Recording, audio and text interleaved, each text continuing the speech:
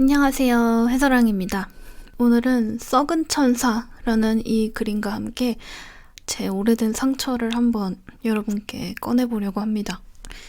그간 저의 힘들었던 개인적인 이야기가 가득 담겨 있으니 우울하고 아픈 감정에 영향받을까 두렵고 귀찮은 분들은 뒤로 가기를 눌러주세요.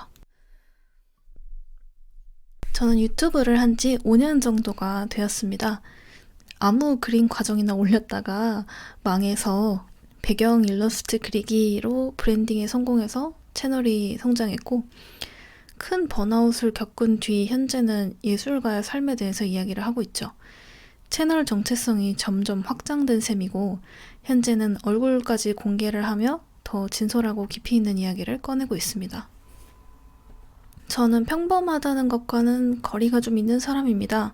신기하다, 특이하다, 이런 사람 처음 본다 라는 말을 평생 들었고 요새도 정말 자주 듣습니다. 신성해 보이는 외모, 예술에 대한 깊이 있는 자신만의 철학, 사람의 감정을 건드릴 수 있는 언어 능력을 가지고 있고 신기에 가까운 영적인 능력을 가지고 있습니다. 동물, 식물과 그냥 대화를 하고 누군가의 이름을 들으면 그 사람의 생각이나 감정, 무의식 에너지를 읽습니다.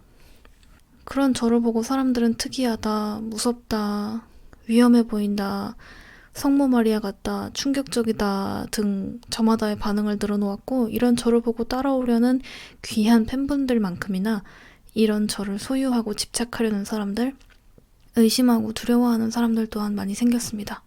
채널 실적이 그렇게 뛰어난 편이 아닌데도 저를 찾아주시는 시청자분들 덕분에 울고 웃는 일이 많이 생겼는데요.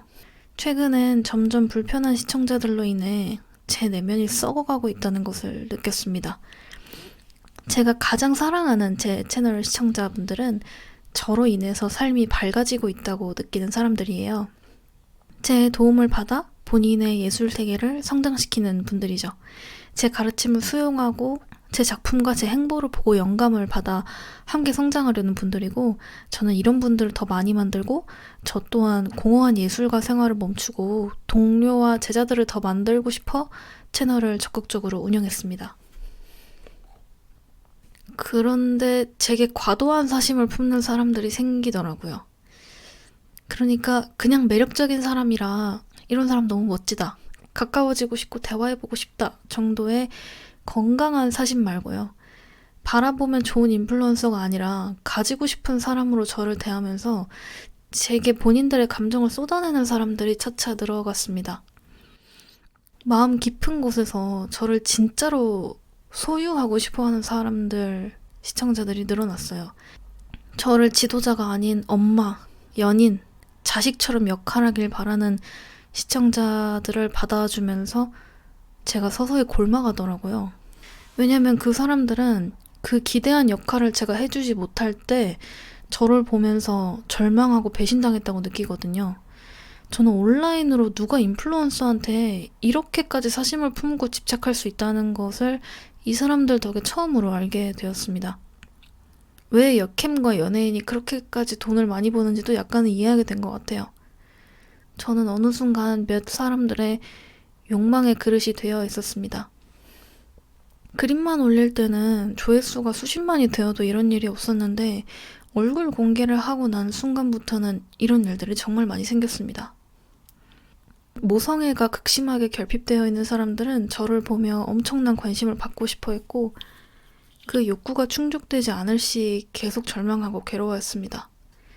저와 연인이 되고 싶어하는 사람들은 저를 욕망하면서 쉴 새 없이 그 사심을 드러냈고, 제가 약간이라도 거절 의사를 보이면 배신감을 느꼈습니다. 아니, 유튜버가 시청자의 고백이나 청혼을 거절하는 건 당연한 거 아니야? 라고 생각하실 수 있는데 아니더라고요. 저를 진짜 가지고 싶어하는 사람들은 제가 자기 마음을 장난으로라도 거절하면 엄청 당황해합니다. 그럼 저는 그 사람들의 배신감과 절망감을 고스란히 느끼고 받으면서 더 스트레스를 받았어요. 마치 그 사람들의 버림받음에 대한 공포를 저한테 다 토해내는 느낌이었달까요? 사람들은 제 앞에서 어떻게든 마음을 숨기려고 했지만 저는 이름이나 닉네임만 읽어도 그 사람의 마음과 무의식이 보이는 독특한 신기를 가진 사람입니다.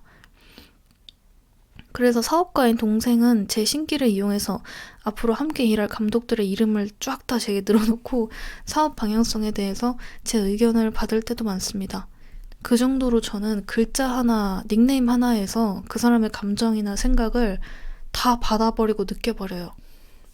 그래서 저는 유튜브를 하면서 가만히 그림 그리며 즐거운 시간을 보내고 있는데 제 영상이나 방송을 보고 저한테 홀딱 반해서 저랑 진짜 사귀고 싶어하고 제 자식이 되고 싶어하고 자꾸 저를 자식처럼 육아하고 싶어하는 사람들이 늘어나면서 멘붕이 와버린 거예요. 그리고 그 사람들은 대부분 저를 보면서 다 절망하고 배신감 느끼고 분노를 해요. 왜냐면 제가 그걸 안 받아주니까. 왜냐면 저는 예술가, 지도자 이상으로 이 유튜브에서 뭘 할 생각은 없거든요. 당연하잖아요. 유튜브가 콘텐츠하고 사람들과 같이 나아가려고 콘텐츠를 하는 거지. 가족 만들려고, 연애하려고 유튜브하고 인플루언서 하는 게 아니잖아요. 마치 가만히 있는데 눈앞에서 폭탄들이 터지는 것 같았어요. 나는 가만히 있는데 자꾸 멋대로 반해서 나한테 실망하고 절망하고 상처 주고 가더라고요. 어릴 때부터 이런 일이 정말 많았습니다.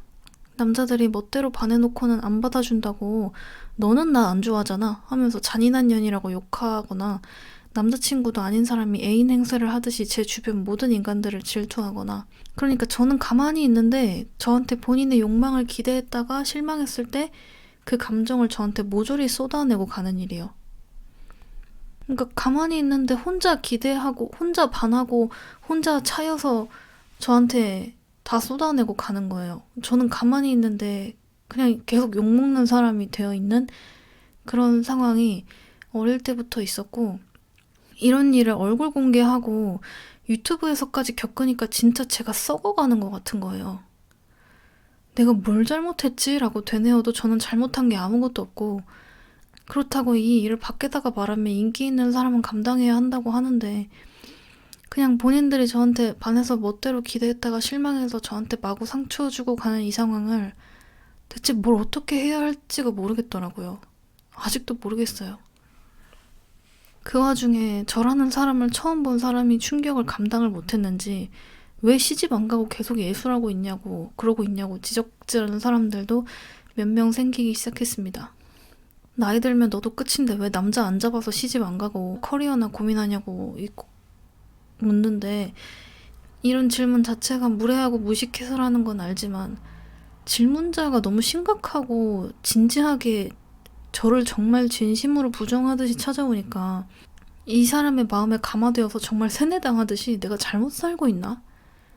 남들이 보기에 내가 그렇게 충격적인 존재인가? 싶어서 또 자책을 하게 되고 이런 힘든 이야기를 또 꺼내자니 너 같은 예술병, 공주병은 극소수의 사람만 가능하고 네가 하는 얘기는 정말 공감이 하나도 안 되어서 세상과 맞지를 않는다라고 하니 마치 제가 존재하는 것 자체가 사회악인 것처럼 느껴질 때도 있었습니다. 지금은 그렇게 생각하고 느끼지 않지만 아직도 그런 댓글을 받으면 놀랍니다. 아무리 열심히 예술에 대해서 이야기해봤자 이렇게 나를 싫어하고 부정하고 의심하는 사람들이 가득한데 과연 내가 활동하는 게 맞나 하는 생각도 듭니다. 그리고 저에게 감사하고 저를 좋아하는 사람보다 저를 싫어하고 저한테 집착하는 사람들이 더 저한테 적극적이더라고요. 정말 큰맘 먹고 하는 소리라는 듯이 엄청나게 긴 장문으로 너는 왜 그렇게 사냐고 하는 댓글을 받으면 정말 어이가 없다가도 이게 계속되니까 스스로를 계속 의심하게 되는 것 같습니다. 사실 어느 정도 그럴지도 모르죠. 이제는 제대로 된 판단을 못하겠어요. 제가 유튜브를 계속해도 될지 모르겠는데 저를 보고 반가워해 주시는 분들이 아직 계셔서 일단은 계속하고 있습니다. 아무튼 최근 저는 악플을 받았을 예전의 짧은 시기보다 더 힘든 시간들을 보내고 있었습니다. 그냥 대놓고 악의적인 악플을 받았던 때는 차단할 멘탈을 기르는 것으로 대응이 충분했는데요. 내가 좋아 죽겠어서 나를 못 가졌다고 괴로워하며 제게 그 욕망과 절망, 배신감을 쏟아내는 시청자들, 내 존재가 너무나 이상하고 의심스러워서 왜 시집 안 가냐, 왜 그러고 사냐를 끊임없이 묻는 시청자들, 예술병, 공주병 걸린 세상 물정 몰라서 철학적인 이야기 같은 거나 한다는 제 콘텐츠는 세상에 공감하지 못한다고 비판하는 사람들이 저를 정말 괴롭게 했습니다.